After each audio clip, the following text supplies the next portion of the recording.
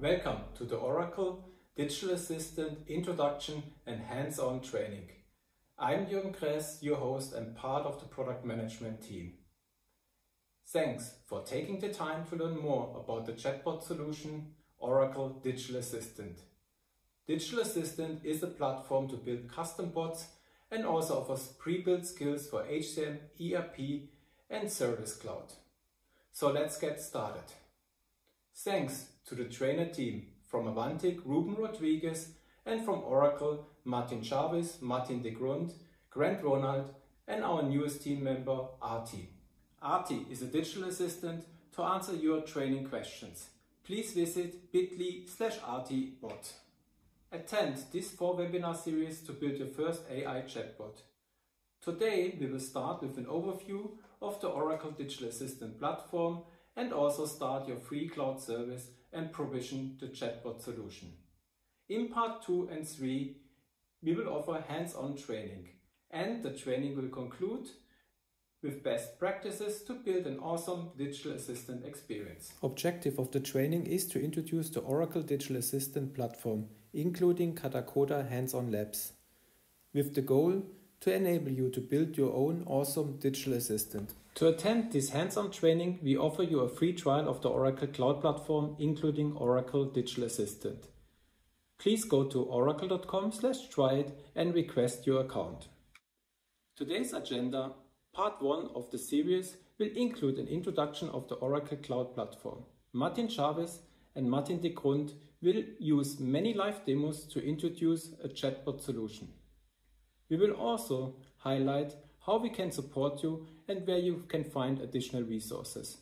At the end of the session, we will start the free trial and provision the digital assistant instance. We will conclude today's session with questions and answers. With this short introduction, over to you, Martin. Talking about why chatbots are interesting, right? So we did in the UK a research together with computing, and we asked over, I think, around 200 people or something who were busy with digital assistant and chatbots, not necessarily Oracle, any kind of chatbot, what their status was, what they thought of their project, and what kind of use cases they were working on. So I thought that would be a very interesting way to show, what are organizations in general doing with digital assistants. And when you look to that, and when you look to the use cases, that was one of the first questions that came up out of this research. Then this was the result, right? So the most, the highest or the biggest use case was the customer-facing use case, and then you can break it down into all other subjects. It's not necessarily very logical categories, in my opinion, but it gives some idea, right? You have these customer-facing application, customer service application. Cybersecurity is probably related to IT help desk. Then you have ERP, you have partner-facing digital assistants around analytics, around HR. So you can see all sorts of use cases, from employee to customer-facing use cases, and in all sorts of different departments.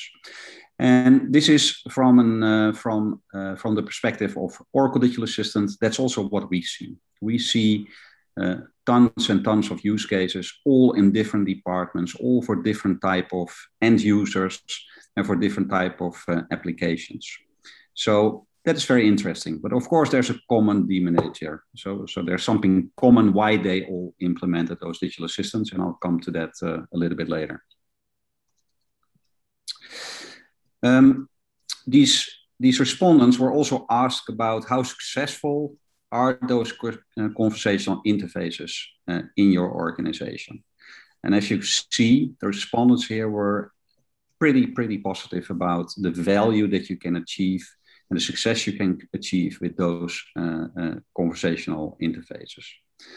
Only a mere 4% is not okay, right? A 5 and a 3, even a 6 is okay-ish, but all the rest is pretty positive. And also, again, that's what we see on the Oracle side as well. A digital assistant project is not only fun, to implement and fun to do, but it also can create real value for organizations. And that we see in those numbers back. Talking about the benefits, you can see that the core benefits are, on the one hand, the customer experience, and on the other hand, the employee experience or the employee productivity. And this is a logical way to explain how digital assistants create value. On the one hand, you have the customer-facing use case, employee-facing use cases. But if you go a little bit deeper, though, there are some interesting other things that you can see. For instance, customer insights is maybe not something you at the first moment think about when you talk about digital assistants. But customer insights are very interesting, an additional benefit from the channel of a conversational AI, because people are starting to talk to the organization. So what happens when people start talking to the organization, you get more input. You can see those logs. You can see what is actually in the mind of the people that are on your website. Well, if you just have a plain website or just another channel, you really cannot really understand why people go from one page to another. But when you have a digital assistant, you suddenly get those insights. For instance, in a recruitment use case that I was working on, people could really see that the candidates were really struggling with certain topics at that company, and certain topics really came out. And that was new, because on the website, they really couldn't see why the candidate would leave or would have problems. And so that's something that I think is an interesting thing. But there are other things as well that we see are just surprising new ways of creating new channels. So be creative. There's nothing yet. There's still undefined roads here to explore. And that's also what makes it fun to work with digital assistants. I think there's so much more to gain and so much new ideas to still figure out. Now, of course, it is not only all positive, right? There's also challenges to think about, and in terms of percentages, you can see they're lower than the benefits. But the challenges is something good to understand, right? When you do a project, what do you need to think about? And employee buy-in is something that came on top. And what does that mean? That means when you create an employee-facing digital assistant, you need to basically think, what does an employee actually really want, right? You can add some functionality into a chatbot and present it to your employees, but if it doesn't really do what the employee expects it to do, you have a problem. So very important is to understand what the employee therefore wants and do some research, right? Talk with people. We have these conversational design workshops where we have formats for if you're interested. And with that, you can get the right input to create the right buy-in. These three topics all together, I would probably log them as one. This is all about creating a good retraining capability, thinking about how your conversational design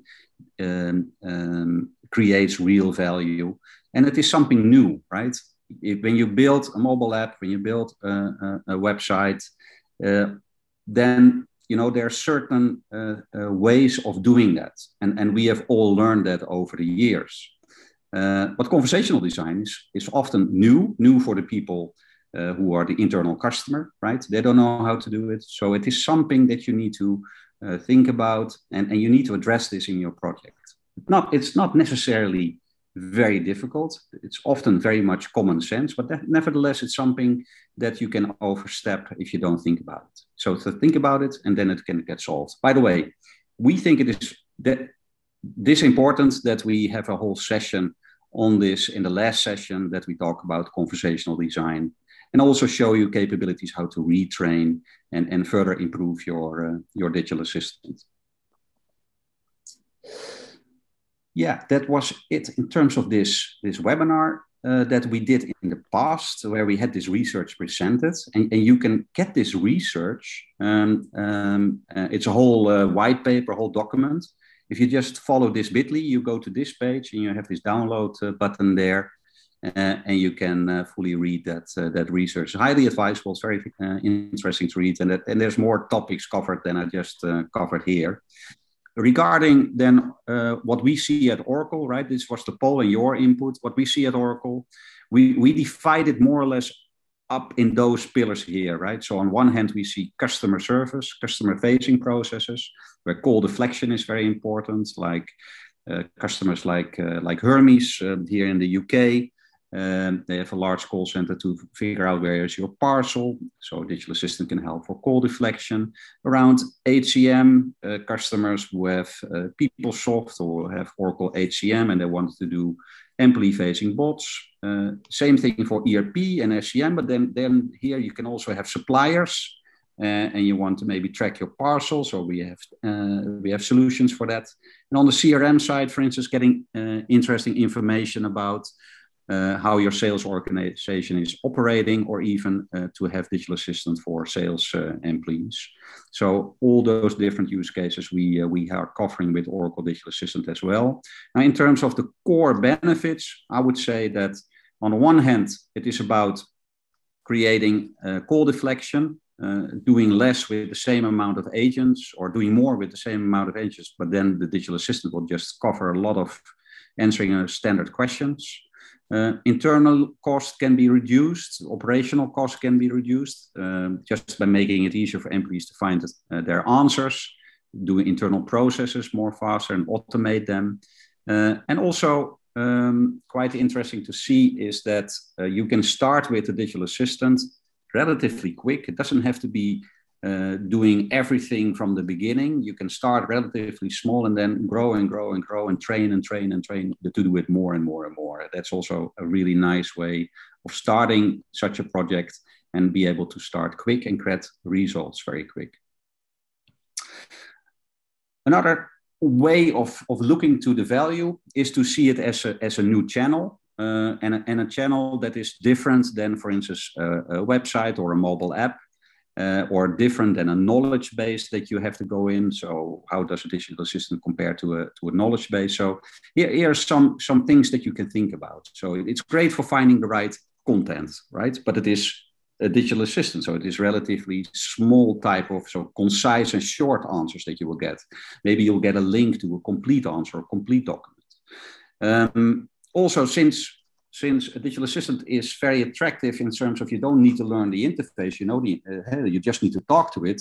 It's great for doing something that you don't do very often. Maybe an app is more handy or a website is more handy if you do it every day or every hour. But if you go into a new process, then often a digital assistant, just because of that, is easier. Also, a digital assistant can know who you are, and based on that, give you a specific and personal answer. And lastly, also a little bit covered before, people start talking to these digital assistants, and you get insights out what people are really having in their head. This is something very completely different than if you have a mobile app or a website, and it is not comparable to a typical feedback form. It's quite the opposite, actually. So you're getting these things that other people maybe, typically otherwise cannot really know. Okay. We talked about analytics as a use case. So I just want to show you some demos and some live chatbots. So here we see an HR manager querying the chatbot about anything that is going on in his HR department. And as you can see, it actually connects to a data set. And you can use that data set to show graphs, etc. So what we're showing here is something that you can build yourself in Oracle Digital Assistant, making your own custom front end and create the way the data is presented in the way you want to. And the added value for a digital assistant compared to an analytics front end here is the fact that the HR manager just needs to ask the things that he is interested in. He doesn't need to learn how the analytics tool works. He can do it on any place where a digital assistant is available. So it makes it much easier to get the right data to the right person without a lot of training. So that is one thing that I wanted to show you. Then if we go to some live chatbots, then I did not so long ago a webinar with a partner in Egypt. And they implemented a digital assistant at a bank in Egypt. And it's called Shaki, which actually means smart. And as you can see, when you open the digital assistant, it shows a menu. I can show you some examples. I want to get a credit card, for instance. Must work.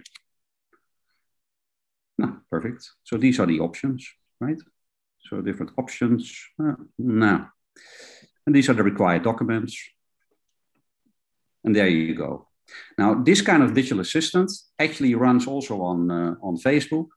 And because it is on Facebook, they can actually extract leads out of this digital assistant, a lot of leads. So that's quite interesting. But it also is a customer service solution, right? So how could I stop my last stolen credit card, for instance?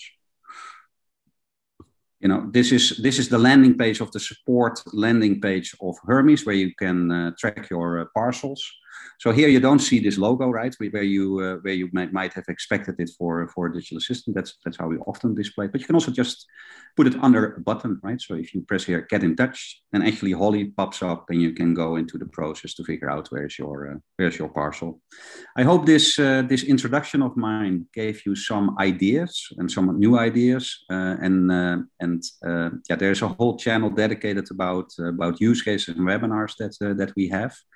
So please use it.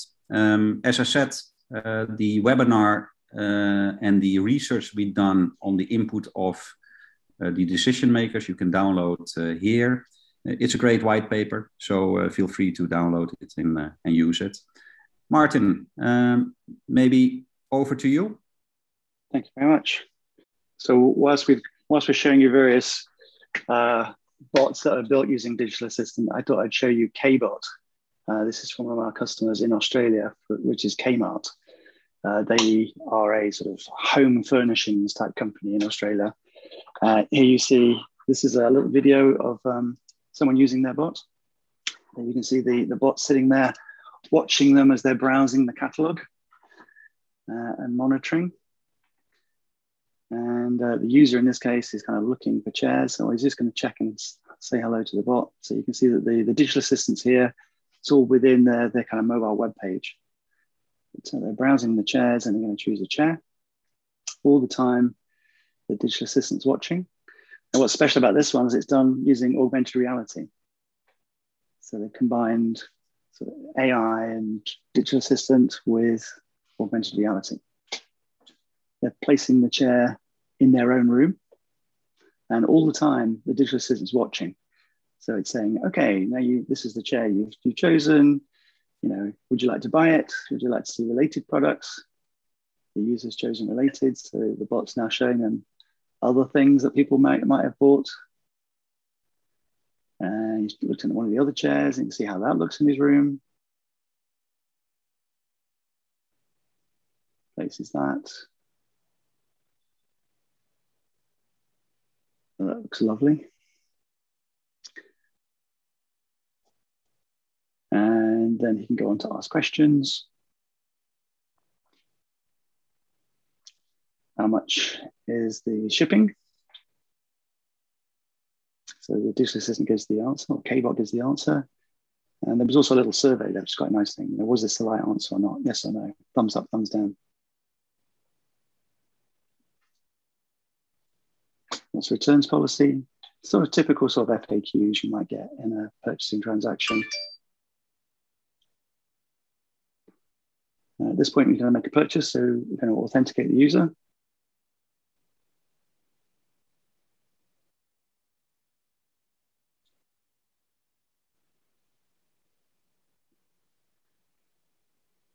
And that's it. The order has been placed. If you wanted to have a play around with that, this is a live bot. So be careful if you order a chair from Australia and you live in America. The shipping could be quite expensive for you, but you are more than welcome to scan that QR code. And again, we'll be circulating these afterwards if you wanted to have a play with that. But that's another great example of a digital assistant that's in production today and is running live. Oracle Digital Assistant is our platform for building these type of conversational experiences. Now, conversational experience is a very grand phrase for sort of talking about chatbots, what used to be called chatbots. But we feel these days with all the kind of AI, natural language processing, and many of the other features that you're going to see in this session and the coming sessions, we've gone way beyond simple chatbots, and that we're now offering a platform that lets you build digital virtual assistants that actually help people get jobs done and get tasks completed.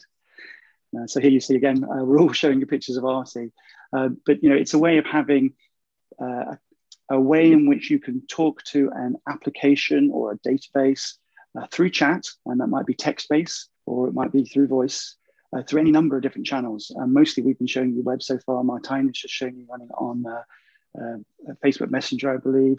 But depending on your use case, you might decide that something like Slack or Microsoft Teams would be important for your employees, or if you're going outside the organization, on your website, Facebook Messenger, or even WhatsApp. And increasingly, voice is the one that's becoming very interesting to some customers because that opens up a whole range of new use cases that we've not seen before. So the way in which this, you've got to think about this in terms of high-level architecture, if you like, is that digital assistant being the platform that sits between whatever your back-end application is and your users through whatever channel they're accessing it via. Now, the back-end application could be a SaaS application, it could be something on-premise, could be something you've built, something Oracle built, or it could come from a third party.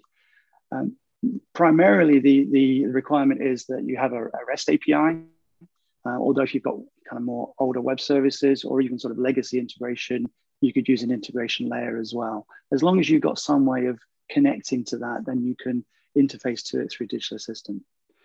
And then the Digital Assistant clearly will expose a conversational interface to your end users. Now, our primary building block inside the Digital Assistant is a skill. Now, a skill might be what we used to refer to as a chatbot, but it's a way of sort of modularizing functionality into a clearly defined sort of domain-specific set of functionality that you have that you can combine together with other skills to build your digital assistant. So here are, for example, we might build a digital assistant out of a purchase order skill, inventory skill, manufacturing skill, and you put those all together depending on who your users are, and then you connect them to a channel. So you might end up with a situation like this. Within your organization, you've got a number of back-end systems, as I said, some from Oracle, some from third party, whatever it is. You've got a collection of skills, either from Oracle or from your ones you built yourselves or from partners that you assemble together and make as your digital assistant through those channels. And this is what you'll be doing throughout the exercises. You'll be creating skills, putting them out under a digital assistant, and then connecting them to channels. Now, this whole idea of having a digital assistant and skills Oracle was currently one of the first to market with this. And it's what makes our platform quite unique and quite powerful, in that instead of the users having to know particularly which skill they're talking to, they'll always talk to the digital assistant. The digital assistant is sort of your concierge to all of the functionality you want to put out through your bot. So in this example here, for example, users come in and said, I want to order a new laptop. Now that's gone to the digital assistant. The digital assistant itself doesn't really know how to do very much, but it knows what skills it's got. So it says, okay, ordering a new laptop, that sounds like procurement. I've got a procurement skill. I'm going to route that request to the procurement skill. So therefore, it goes through the process of saying, okay, what sort of laptop do you want? Do you want a fast one, a cheap one, big screen, small screen, all the sorts of kind of backwards and forward dialogue you'd expect. And then you can imagine at some point, it says, right, okay, when do you need this by? So you think, okay, well, the reason I need this is because I'm starting my new job and I'm ordering a laptop for my new job. So you ask the digital assistant, what day do I start my new job? Now, the digital assistant, the procurement skill won't know how to handle that because it only knows how to do procurement. So the digital assistant will take over and will reroute you to the job offers skill, where you can kind of ask the job offers skill, when's my new start day, where do I need to be, that sort of thing. When you finish that conversation, you'll be handed back to the procurement skill to finish your transaction. And for the most part, that will all happen transparently to the end user. They just think they're talking to the digital assistant. Most of this routing is very transparent to them, and it just works behind the scenes.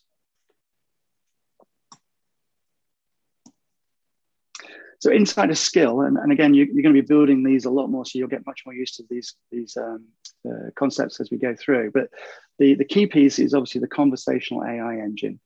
We use AI and machine learning to do, there's a few terms here which kind of get used interchangeably, either natural language processing or natural language understanding. The two terms often get used interchangeably.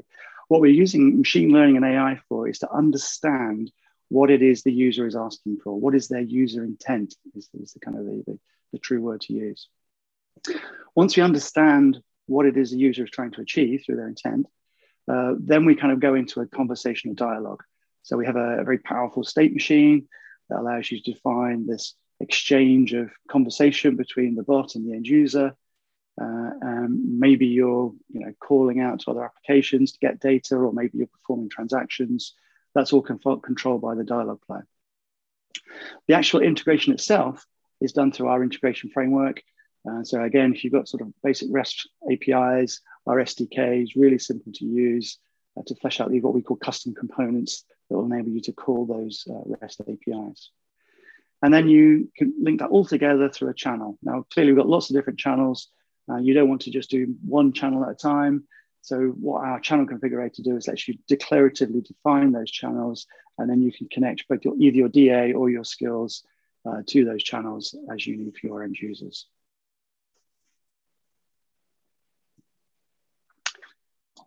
So when we talk about natural language understanding, I thought I'd just kind of give you an example.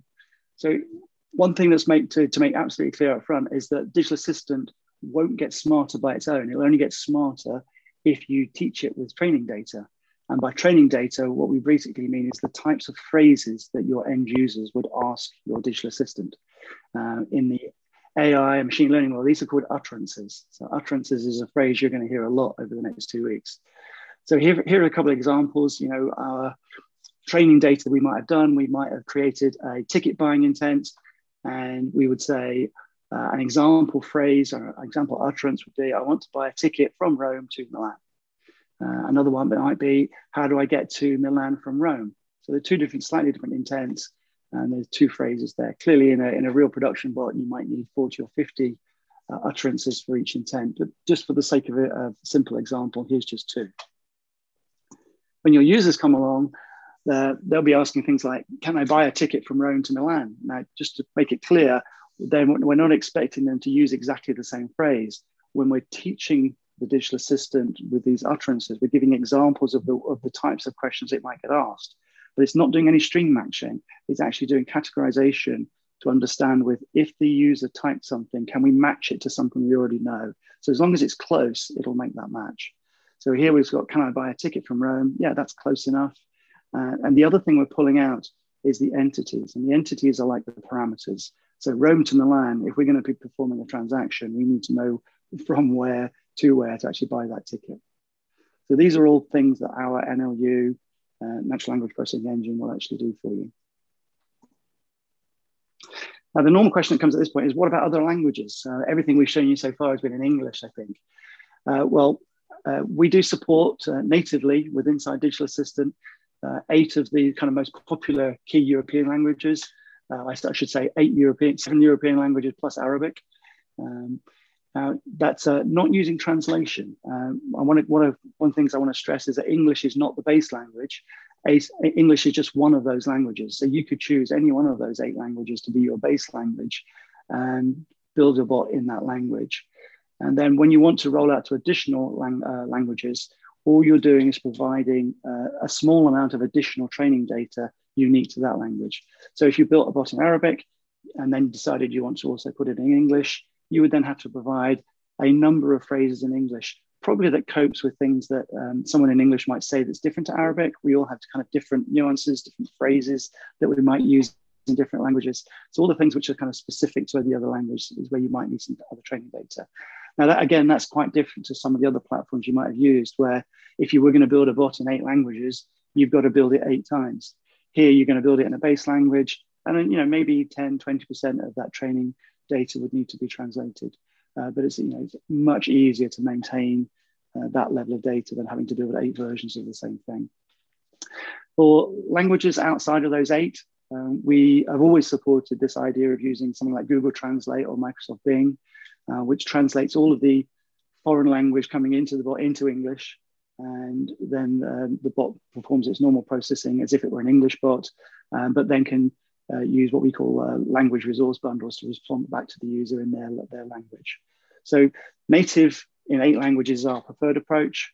But if you need a language outside of those 8, then we can fall back to a translation service and provide you a solution there. And on the screen, I've just given you 3 examples. There's a Dutch one, a Zaki you're already seeing running in Arabic. We have a customer running in Portuguese in Brazil.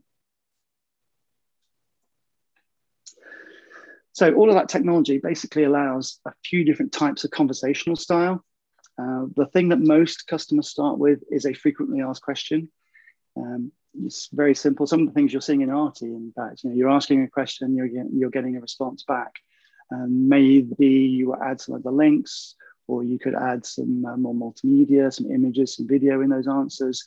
But essentially, it's a question and answer. Very easy to get running, up and running. And as I say, it's usually the thing that most customers start with. The next step up is to actually make it transactional.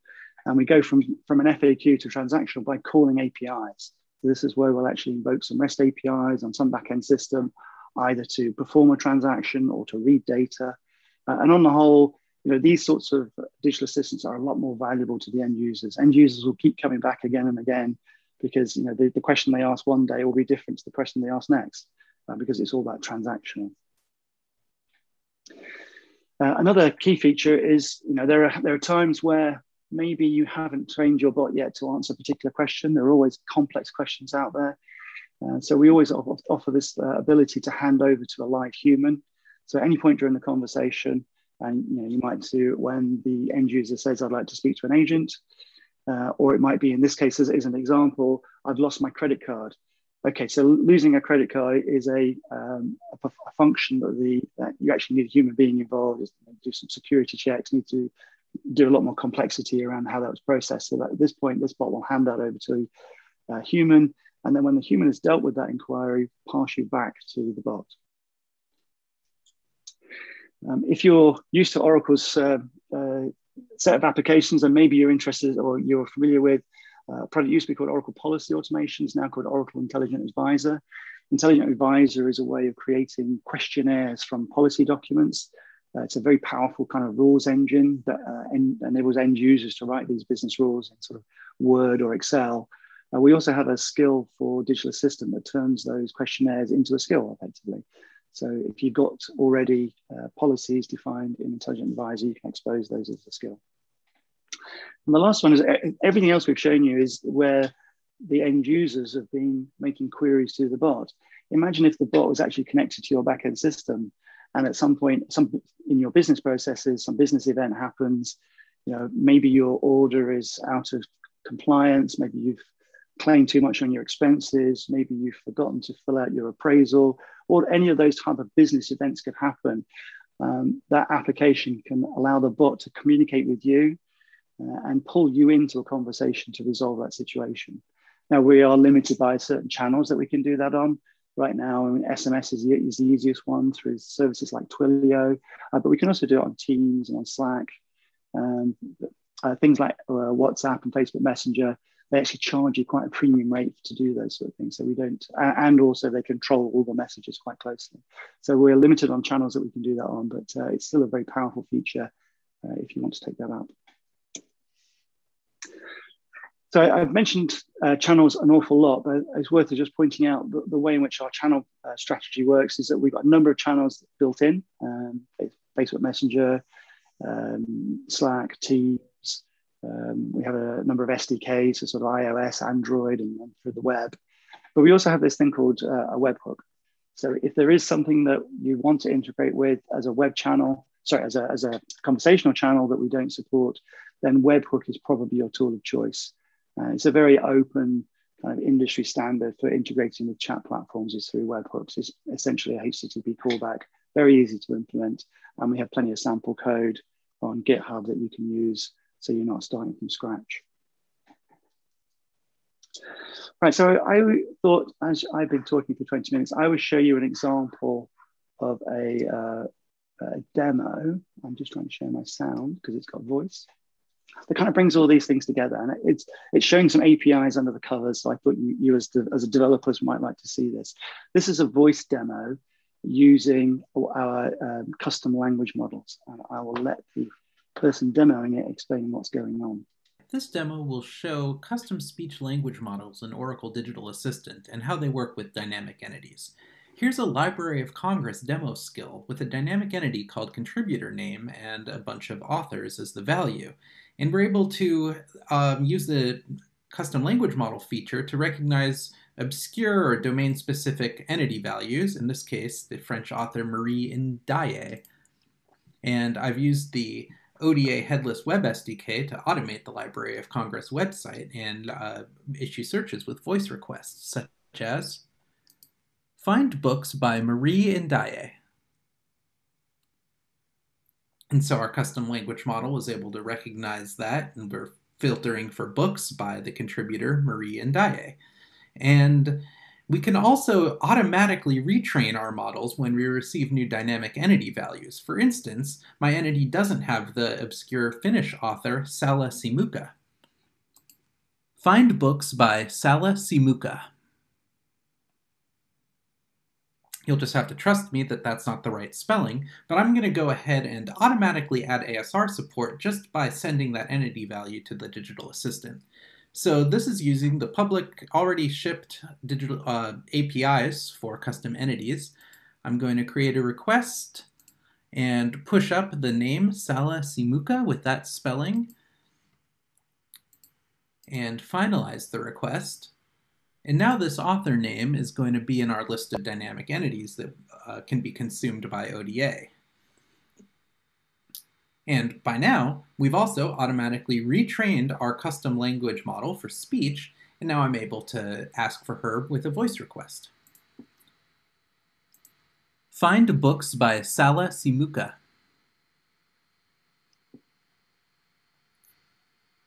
And here we go. We've got the contributor Salla Simuka, and we've got the books. And just as a comparison, since competitors don't allow custom language models, I'm going to use Google and Alexa. Find books by Salla Simuka. So, not quite. And here's Alexa, and I'm actually using a skill where I added that sentence to the training data, and here's what I get. Find books by Salla Simuka.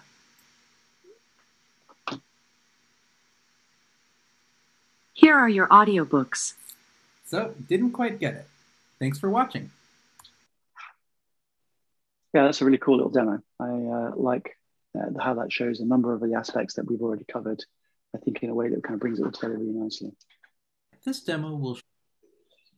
So another couple of things I wanted to talk about is insights is the first of them. When your digital assistant's running, how well do you know that it's actually working? Now, we said before that a digital assistant doesn't get smarter on its own. That's a design decision that we took. There's all sorts of scary stories out on the internet about other companies who have built AIs that chat with people, that self-learned from chatting to other people, and within a few days were kind of abusive and had to be shut down. So we don't think that's the right approach for an enterprise digital assistant platform that we're offering. So it's important that you've got the insights and the dashboards to see how your digital assistant's performing and to know when maybe you need to add some more training data or whether it's answering the questions that people are asking. So the number of dashboards, I'll just flick through this really quickly. You'll have a chance to play with these as you start developing and testing your own skills later. But the first high-level dashboard here is showing you when your bot's being used, how many interactions it's getting. These are the intents for this particular skill. It's our financial bot demonstrator. So it's telling you that the most popular thing here is track spending. The ones in orange are number of requests that have been made that didn't complete. So they actually need some help. So this one here, which is around disputes, more often than not, that's failing. So if I were the person running this bot, I'd be drilling into what's happening with our dispute skill. More than half the people are having problems with it.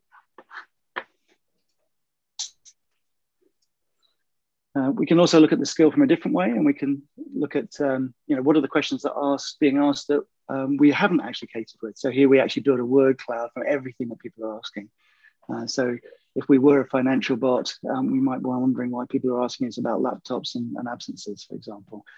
Maybe that's something that we need to build in, or even if the digital assistant can't answer those questions, build in support for it and say, sorry, I can't help you with answering your finding your payslip, for example.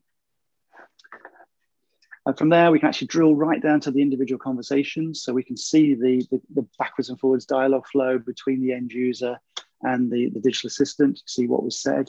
But clearly, there could be some private information in there. So we have a security concern we have to deal with. So we redact anything that looks like PII data, which should go some way to help you with your security policies and maybe some GDPR requirements too. Just to stress again, what I said before, it's not going to get smarter unless you retrain it. So we've actually built into our Insights tool a dashboard for business type users. Clearly, you as developers would go in and train the bot as you're going to be doing in the exercises that Ruben's going to go through with you. But if you're a business user, then maybe that's a little bit daunting. So we've provided an additional dashboard within the Insights tool that you can see all the phrases that people have typed in that the digital assistant wasn't sure about. It's never as cut and dried as yes or no. There are always probabilities involved. So here it's showing you that in the first example, it was pretty even between everything that it knows about. They're all the same color, they're all the same size. Sorry, they're all the same size, so each of the different colors. So it's kind of evenly spread. In the track all my expenses example, it's pretty sure that was the track spending intent that the user meant, but it was below its threshold. So in this case, all the user has to do is click on the correct category, correct intent, go down the list, click, check the box and press save. And then that would be added to your training data. So the next time you publish your digital assistant version, it will pick up that improved training data. So I've given you a real fast tour of quite a number of features, and then say you'll be experiencing many of these over the coming sessions, thanks to Ruben's hands-on lab he's developed for you. But whilst we're talking about the platform mostly, what we thought we'd also do is just talk to you briefly about some of the kind of pre-built skills that are out there. And based on the survey we did at the beginning, clearly a lot of you are interested in the Oracle HCM skills. But we also have a number of skills that are developed, which are not productized, if you like, which I'll talk to you about in a moment, and a number from our partners. And Martijn showed you the analytics demo earlier on, which is actually built by one of our partners called Peak Indicators. So these are all skills that are available from third parties. So there are skills for, as I think I said, HCM and ERP. We won't be going into detail of those in the next 2 days, but everything you'll learn in the hands-on lab are absolutely vital skills that you will need to understand how these HCM skills work. So that's kind of the best advice we can give here at the moment. The other ones I wanted to draw attention to that maybe don't get such a such a high profile as the HCM and ERP ones is we actually give away some free skills which you can download from our website, from our blog, in fact. The first one of those is an IT help desk digital assistant template. So a number of people have this very simple use case, just for letting sort of an employee self-service, things like resetting passwords, got problems with hardware, raising tickets, getting access to applications, accessing the knowledge base. All of that's built into this particular digital assistant. There's even a video on YouTube if you want to go and see that. Again, we'll pop these in the chat before we finish, so you will have all these. You'll get all these slides later in any case. But the IT help desk, the other good thing about these skills, like the IT help desk ones, if you want to do, even if you don't want to do exactly IT help desk, you can open it up and have a look and see how it does things. And so it's a great way of learning more about the platform because you can see it as an example.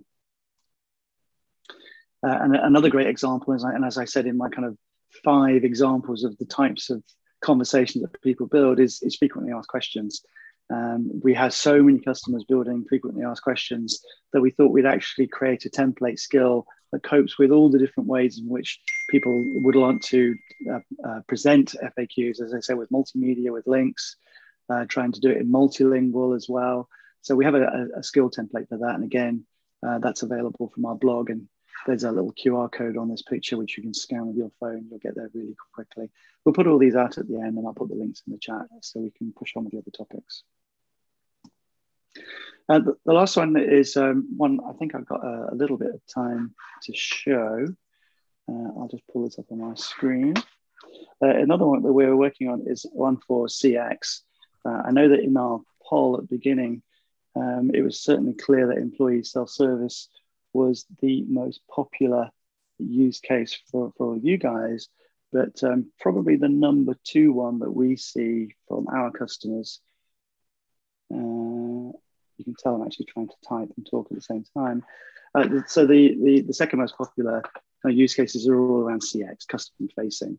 So again, we've seen so many examples where our customers have gone live with this that we decided to kind of build this out as a template. Can you show me the status of my orders? It needs to know who I am to look them up.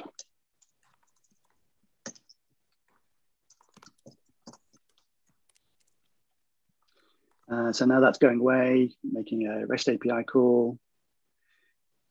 In this case, we've actually provided them a template, just a simple JSON document. And all of the code that we provide is all documented really well. It's already commented. So it's very easy for you to swap that call to the JSON document to actually be a call to your backend API. And I let this go cold, so it's just taking a second to start up. There we go. So we can scroll through all of our orders that we've got open. Or I could kind of view more. We have access to the knowledge base. So can you tell me, I've done it again, use it on keyboard.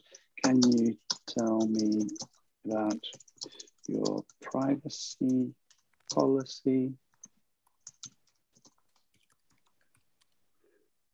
We haven't added that to the Digital Assistance FAQ. It's actually going away and performing a search on the knowledge base, looking for any articles that match. So it's using the knowledge search, not the NLP necessarily. And where it finds an article, then it will pop that up to the end user. So again, that's just another one of the template skills that we've got available. Just a quick snapshot of what's there.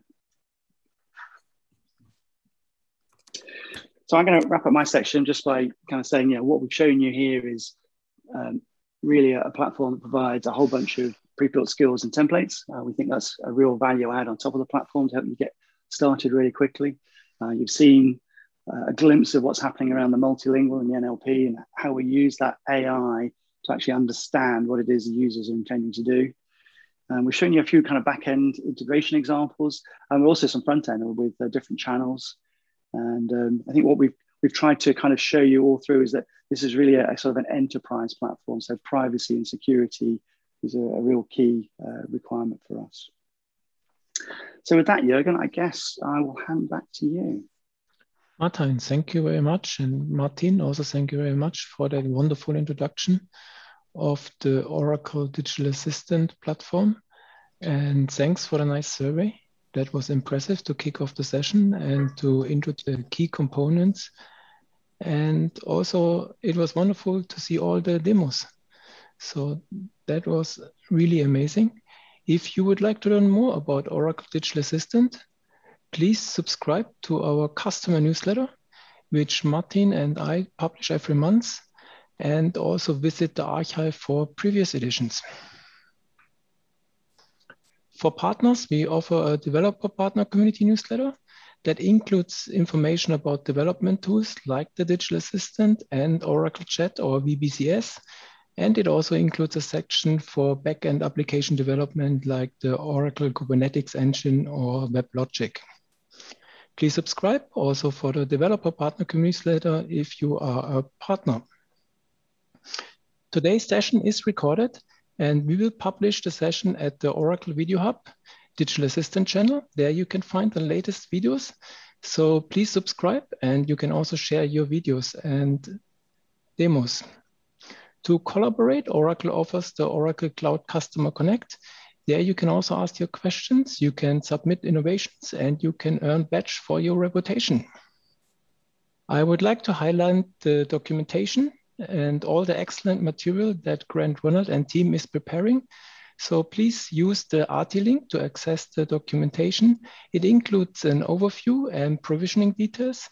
We also offer tutorials and tips and tricks. So Frank Nymphius from our team is providing their regular tech videos. And we also have a certification to become a certified Oracle Digital Assistant expert. If you would like to know who are the experts and you need a system integrator to support you with your digital assistant project, you can look up Partner Finder and search for companies who are certified on Oracle Digital Assistant, companies like Ruben from Avantic, and you can look up the Oracle Cloud Marketplace. There you can find pre-built chatbots from our partners like the Higher Education University bot from Infancy. So with this, we would like to start the hands-on part of today's webcast. And I would like to also welcome Ruben Rodriguez from Avantic to our call. Ruben, are you with us? Yes, Jürgen, thank you very much. Great. So our first step is please to activate your free trial. Yeah. And let me show you that again in the slides, and then I hand over to Ruben. So please go to oracle.com/tryit, and you will visit this website where you can start your free trial. Please enter your email address, and you will get a notification with a special offer for $500 credits and 30 days. Please activate only one instance to make sure that the trial runs longer, and also no credit card is required. Ruben, you will show us that in the demo now? Yes, I will try to request the free tier for me as well in order to make the demos, the hands-on labs. So as you can see, the first step is to create the free tier. So we have to fill the country, the name, the last name, and the email that you used to register to these webinars.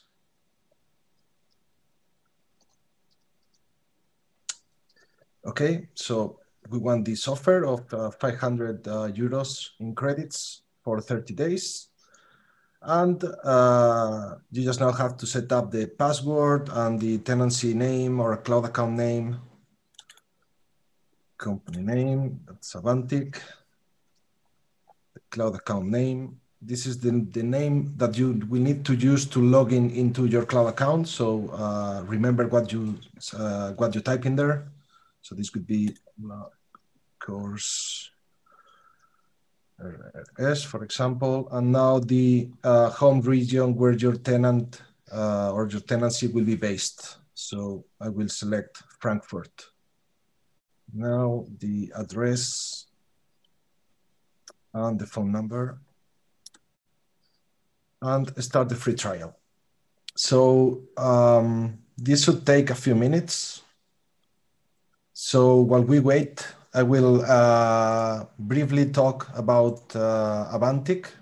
Avantic is based in Spain with offices in Madrid and Barcelona, and we are a company that is focused only on Oracle, and we have almost 200 consultants with 33 Oracle service expertise in the new partner program.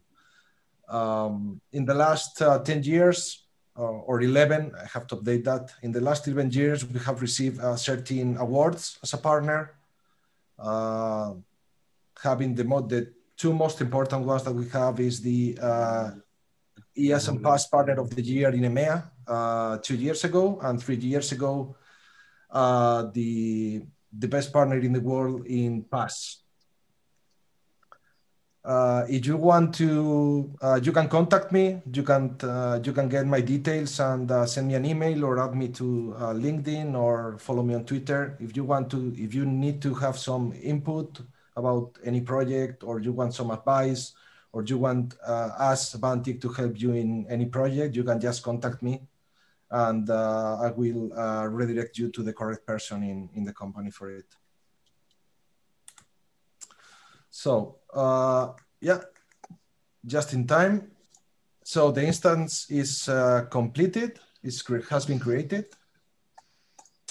So before coming to this, I am going to show you the Katacoda course. I will give you an overview. So Katacoda is a learning platform that includes a live environment such as Linux Shell or a Visual Studio Code, among others. So you can actually do the workshops on the platform instead of having to use your own Visual Studio Code or even install it if you don't have it. So you can follow this link, bit.ly/Oda-course, and you will get to this page. There are two different hands-on labs, but at the end, those are the same. But Oracle is in the middle of a rollout of a new release called the release number 21.04 that includes a new theme with Redboot. So I've just prepared two of them. One for the old, let's say, theme, that is this one, for the version 21.02. And one for the 21.04, that is this one. So on Thursday, depending on what instance version do you get, you will need to do one or the other. Also, I have to say that if you don't want to create the free trial now, you can do it later. The first scenario that you have in the course is provisioning an instance. So actually, you can go to the scenario, start it, and follow step by step. But as we are creating it now, if you want to create it now with me, feel free to do it. On the menu, on the left-hand side, you have to go down and find Digital Assistant. Now you have to select a compartment. A compartment allows you to group different resources in OCI and give them or protect them or give different access to each of those resources. Just for the workshop, we can just select the root compartment and create a new Digital Assistant instance. The name, you can provide the name you want. In this case, I'm going to call it ODA. And then the shape. There are two different shapes. The first one, development and production. So the only difference between these two instances is the number of requests that you will pay. The minimum number of requests that you will pay. For development, I think it's 50 and production is 200. So for the workshops, you can select any of the two shapes. But if you select development, I guess it will last longer, the 500 credits. Okay, so it is creating. So it might take a few minutes to create. So I think we might just leave it here. Once it is created, you will have enabled this Service Console button, and you will click on it, and the instance will launch. And this is where we will start on Thursday, building our weather skill. For more information on Oracle Digital Assistants, please visit the website at oracle.com/chatbots. The documentation is available, and please use RT to access it. And the webcast is recorded and will be available on demand at the Video Hub. If you would like to collaborate, please use the Oracle Customer Connect platform. And Ruben's hands-on training course for the next two sessions on the 22nd and on the 27th is available at Katacoda, which is the training platform, /r/Sandrot. Please subscribe to our newsletter, the customer newsletter, and the partner newsletter. With this, I would like to come to the questions and answer sessions. If you have questions, please feel free to put them in the Q&A module, or you can also raise your hand and we can unmute you. So first question is from Sunil, and he would like to know what's the difference between Oracle Digital Assistant and Siri. Martin, do you want to answer that one?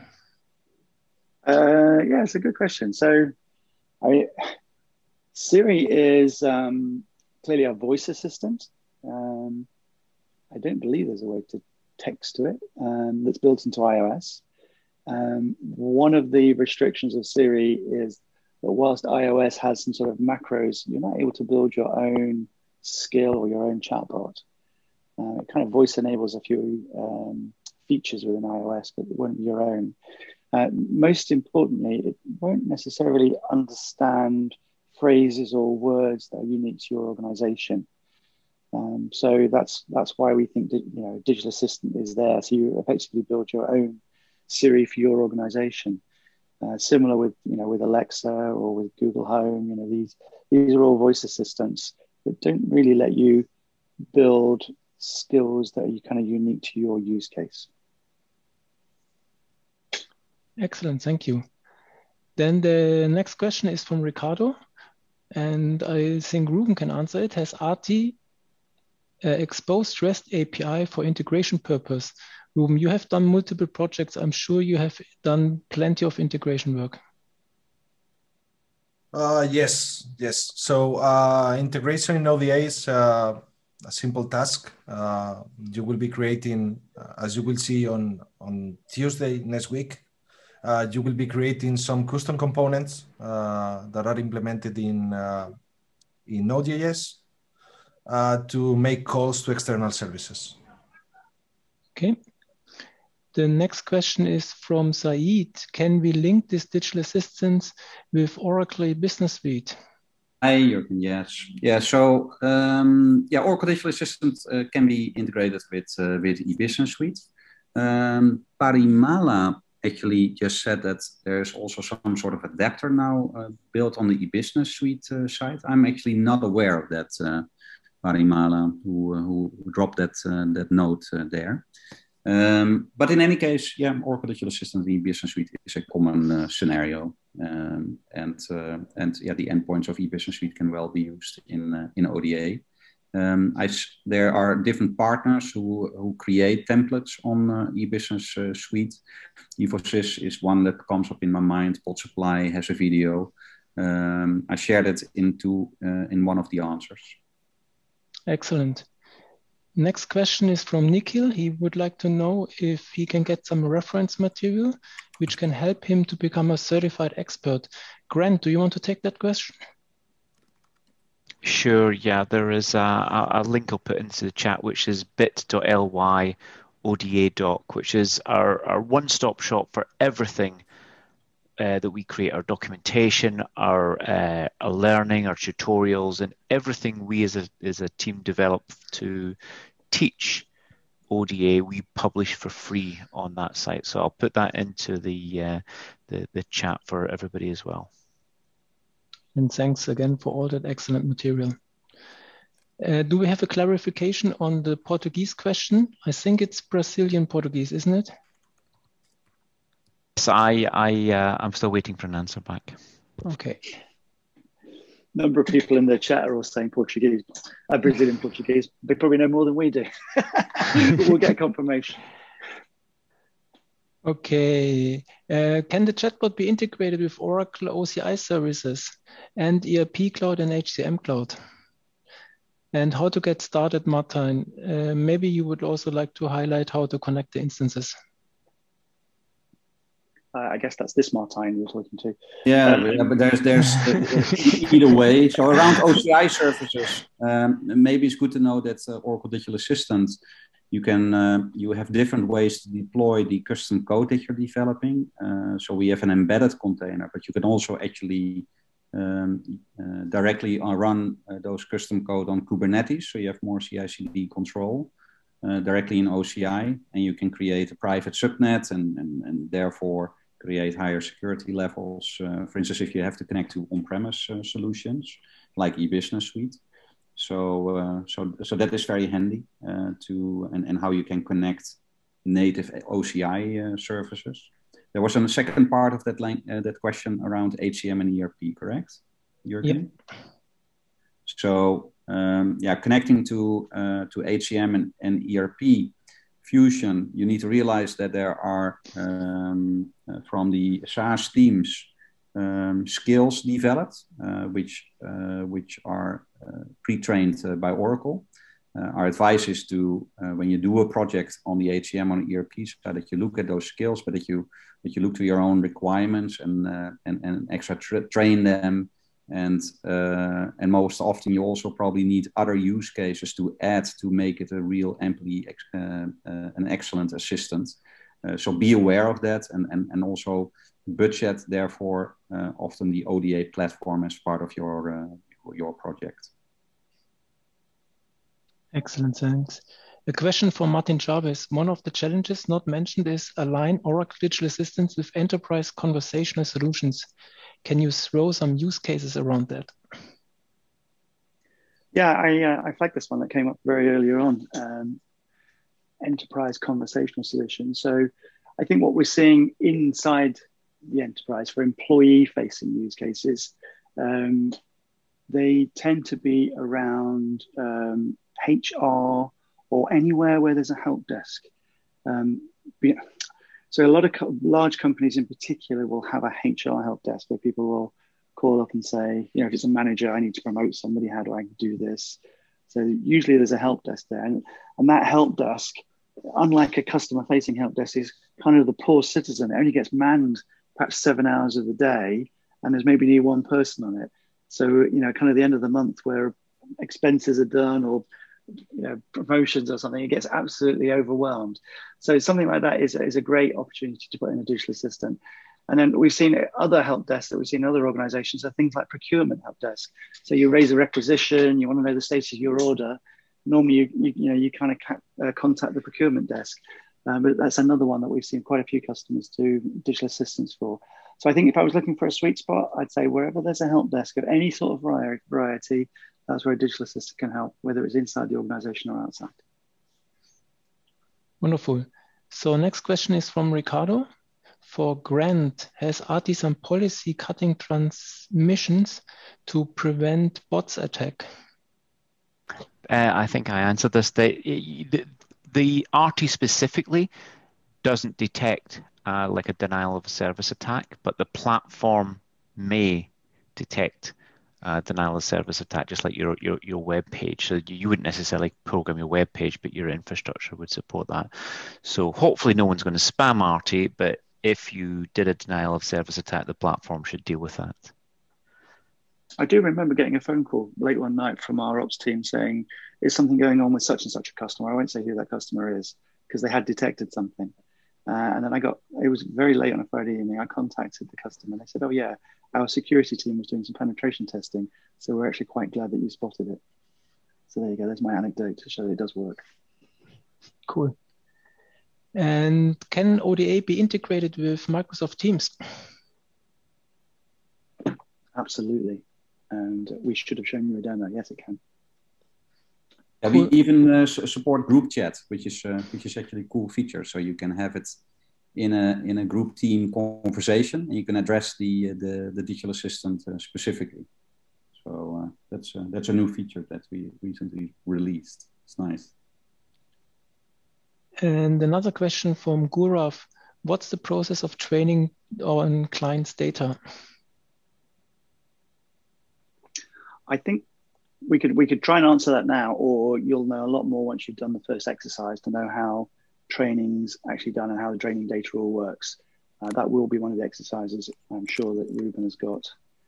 Maybe Ruben, if you want to comment, but I'm sure that that's one of the things you'll have them doing. Excellent. If you have questions, you can still ask Arti, or you can put them in the Q&A tool, and we will continue to answer them. And you can raise also your hand, and we can unmute you. Jürgen, there's some questions here for you. There's a few people asking about whether they can reuse an existing email address for their trial account. Maybe you just want to talk about email addresses and trials and things. Yeah, so you can activate your free trial at oracle.com/tryit. If you have an existing trial, you regularly receive also the special offer to get some additional credit. So you can upload your account with the $500 and continue to use Oracle Digital Assistant. That also should work for Oracle employees. We whitelisted everybody who registered for this webinar, and therefore please use the same email address like you used in the webinar registration. And if they've used that email address for a previous trial, do they need a new email address, or will that still be will that also get another $500? That in most cases gets another $500. I have seen that before. Awesome.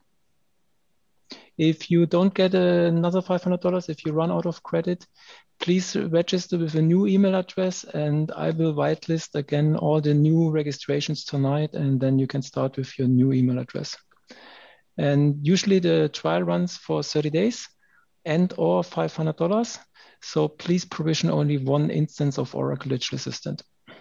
And please provision a development instance, as the burn rate is lower for a development instance.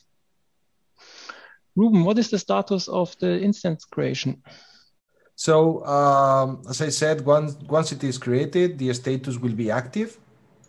So you can just go to the Service Console button and click on it. You will see the actual ODA instance up and running.